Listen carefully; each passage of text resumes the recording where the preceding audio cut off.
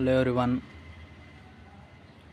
గృహజ్యోతి పథకంకి అర్హులు అనర్హులు అనే జాబితా ఎన్నికల కంటే ముందు ఈ యొక్క కాంగ్రెస్ పార్టీ ఎప్పుడూ ప్రకటించలేదు. తీరా ఎన్నికల సమయం అయిపోయినాక అసెంబ్లీ ఎన్నికల తర్వాత అధికారం ఏదో విధంగా వచ్చింది వాళ్ళకు. పార్లమెంట్ ఎన్నికలు అయిపోయాయి, ఎన్నికల కోడ్ అయిపోయింది. ఇప్పటికే 6-7 నెలలు గడుస్తుంది.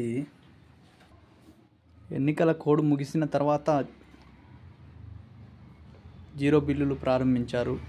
అయితే ఈ యొక్క గృహజ్యోతి పథకంలో తెల్ల రేషన్ కార్డు లేని వారంతా అనర్హులుగా ప్రభుత్వం చెప్తూ వస్తుంది. ఇలా ఏ పథకం తీసుకున్నా కొన్ని ప్రారంభమయ్యాయి, వందల కొద్ది పథకాలు ప్రారంభం కాలేదు.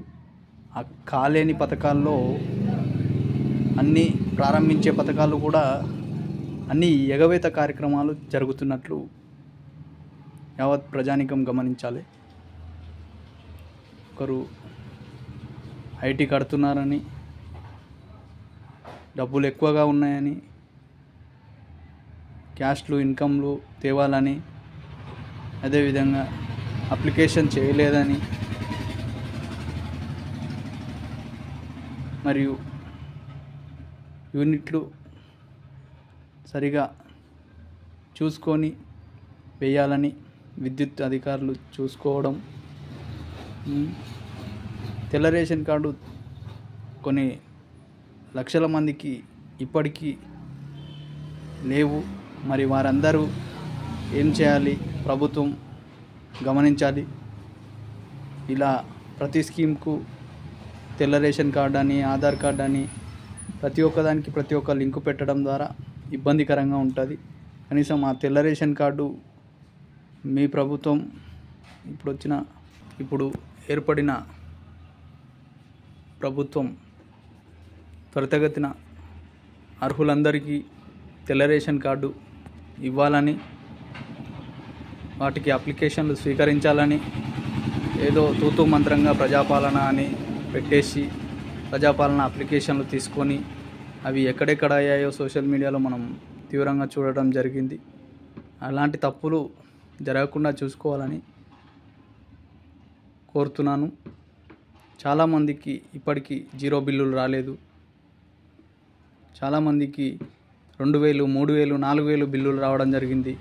ప్రభుత్వం ఏర్పడ్డ తర్వాత జీరో బిల్లు వస్తుంది, గృహజ్యోతి అమలవుతుందని చాలామంది తమ బిల్లులను కట్టలేదు. అలాంటి వారు ఏకదమ్న ఒకేసారి 2000, 3000 అంటూ ఎలక్షన్ కోడ్ తర్వాత రావడం జరిగింది. వీటన్నిటికీ బాధ్యత వహించాలని ప్రభుత్వాన్ని కోరుతున్నాము. ఇలాంటి నిర్ణయాలు ప్రజలకు చాలా వ్యతిరేకంగా ఉంటాయని ఈ యొక్క ప్రభుత్వం గమనించాలని కోరుతున్నాను.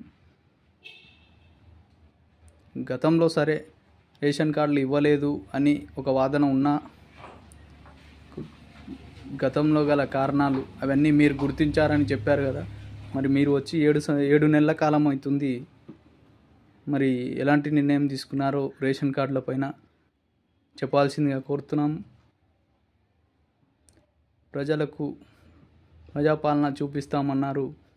మరి ఎలాంటి పాలన నడుస్తుందో ప్రజలను ఒకసారి మీరే ప్రజావేదికలు పెట్టుకొని అక్కడక్కడ మాట్లాడితే పల్లెల్లో, గ్రామాల్లో, పట్టణాల్లో ఏమవుతుందో మీ దాకా వస్తుందని కోరుతున్నాను. దయచేసి ప్రతి పథకం ప్రతి నిరుపేద కుటుంబానికి అందే విధంగా చేయాలని కోరుతున్నాము.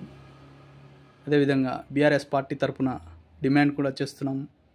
ప్రతి ఒక్కరికి, ప్రతి కుటుంబానికి మీరు అందించే పథకం ప్రతి ఒక్కరికి, నిరుపేద కుటుంబానికి అందాలని మేము డిమాండ్ చేస్తున్నాము.